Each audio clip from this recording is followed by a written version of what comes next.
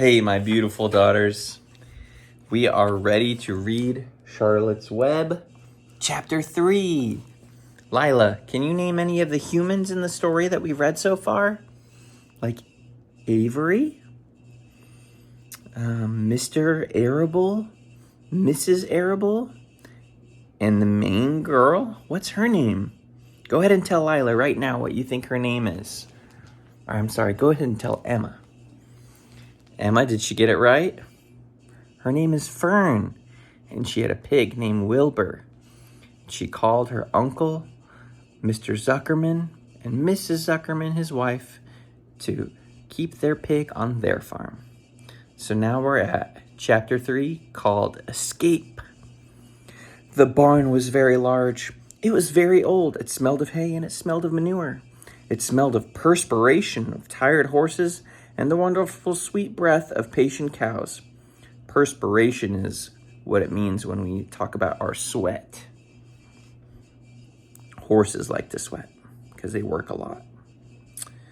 It often had a sort of peaceful smell, as though nothing bad could ever happen again in the world. It smelled of grain and of harness dressing and of axle grease and of rubber boots and of new rope. And whenever the cat was given a fish head to eat, the barn would smell of fish. But mostly, it smelled of hay. For there's always hay in a great loft overhead, and there was always hay being pitched down to the cows, and the horses, and the sheep. The barn was pleasantly warm in the winter, when the animals spent most of the time indoors, and it was pleasantly cool in the summer, when the big doors stood wide open to the breeze. The barn had stalls on the main floors for the workhorses, tie-ups on the main floors for the pigs, sheepfold down below for the sheep, a pig pen down below for Wilbur. And it was full of all sorts of things that you would find in a barn: ladders, grindstones, pitchforks, monkey wrenches, scythes, lawnmowers, shovels, axe handles, milk pails, water buckets, empty grain sacks, and rusty rat traps. It was the kind of barn that swallows like to build their nest in. Swallows are birds. Different kinds of birds. It was the kind of barn that children like to play in, and the whole thing was owned by Fern's uncle, Mr. Homer L. Zuckerman. Wilbur's new home was in the lower part of the barn, directly underneath the cows. Mr. Zuckerman knew that a manure pile is a good place to keep a young pig. Pigs need warmth, and it was warm and comfortable down there in the barn cell on the south side. Here's a picture of Wilbur eating his food from a trough. Fern came almost every day to visit him. She found an old milking stool that had been discarded, and she placed the stool in a sheepfold next to Wilbur's pen. Here, she sat quietly during the long afternoons, thinking and listening and watching. The sheep soon got to know her and trust her. So did the geese who lived with the sheep. All the animals trusted her. She was so quiet and friendly. Mr. Zuckerman did not allow her to take Wilbur out, and he did not allow her to get into the pig pen.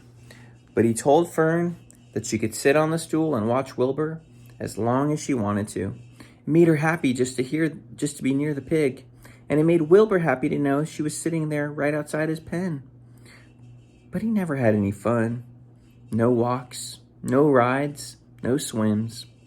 One afternoon in June, when Wilbur was almost 2 months old, he wandered out into a small yard outside the barn. Fern had not arrived for her usual visit. Wilbur stood in the sun, feeling lonely and bored. "There's never anything to do around here," he thought. He walked slowly to his food trough and sniffed to see if anything had been overlooked at lunch. He found a small strip of potato skin, and he ate it. His back itched, so he leaned back against the fence and rubbed against the boards. When he got tired of this, he walked indoors, climbed to the top of the manure pile, and sat down. He didn't feel like going to sleep. He didn't feel like digging. He was tired of standing still, tired of lying down. "I'm less than 2 months old, and I'm tired of living," he said. He walked out to the yard again.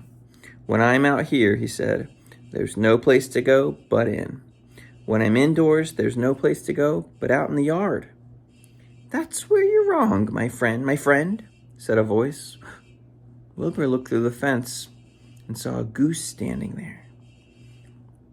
"You don't have to stay in that dirty little yard," said the goose, who talked rather fast. "One of the boards is loose. Push on it. Push on it. And come out." "What?" said Wilbur. "Say it slower." At the risk of repeating myself," said the goose, "I suggest that you come on out. It's wonderful out here." "Did you say the board was loose?" That I did, said the goose. Wilbur walked up to the fence and saw that the goose was right. One board was loose. He put his head down, shut his eyes, and pushed. The board gave way. In a minute he had squeezed through the fence and was standing in the long grass outside the yard. The goose chuckled. "How does it feel to be free?" she asked.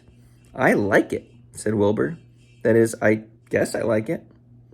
Actually, Wilbur felt quite queer to be outside his fence, with nothing between him and the big world.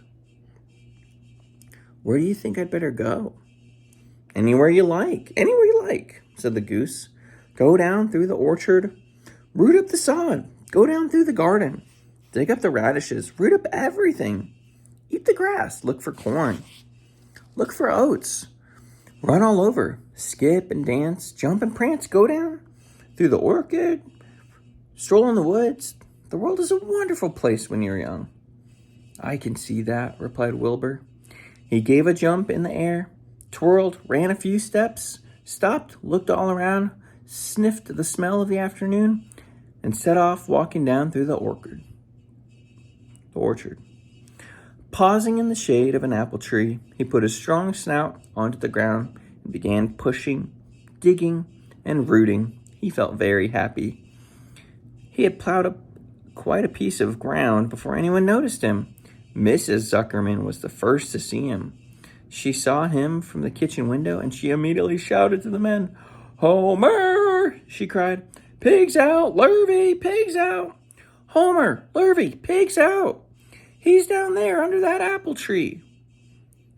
"Now the trouble starts," thought Wilbur. "Now I'll catch it." The goose heard the racket too, and she too started hollering. "Run, run, run! Downhill, make for the woods, the woods!" she shouted to Wilbur.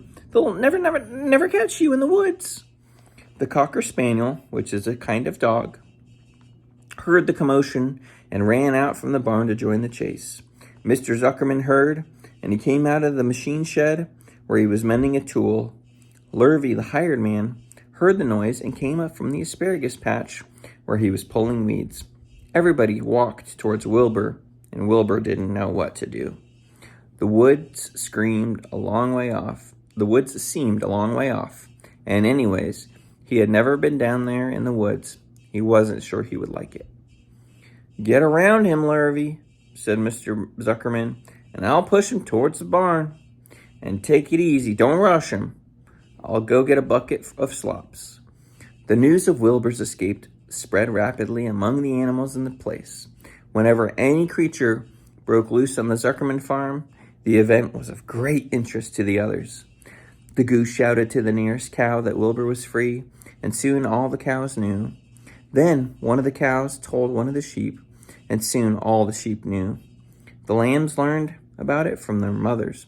The horses in the stalls in the barn pricked up their ears when they heard the goose hollering, and soon the horse had caught on to what was happening. "Wilbur's out," they said.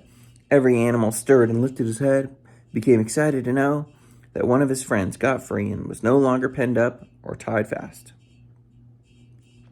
Wilbur didn't know what to do or which way to run.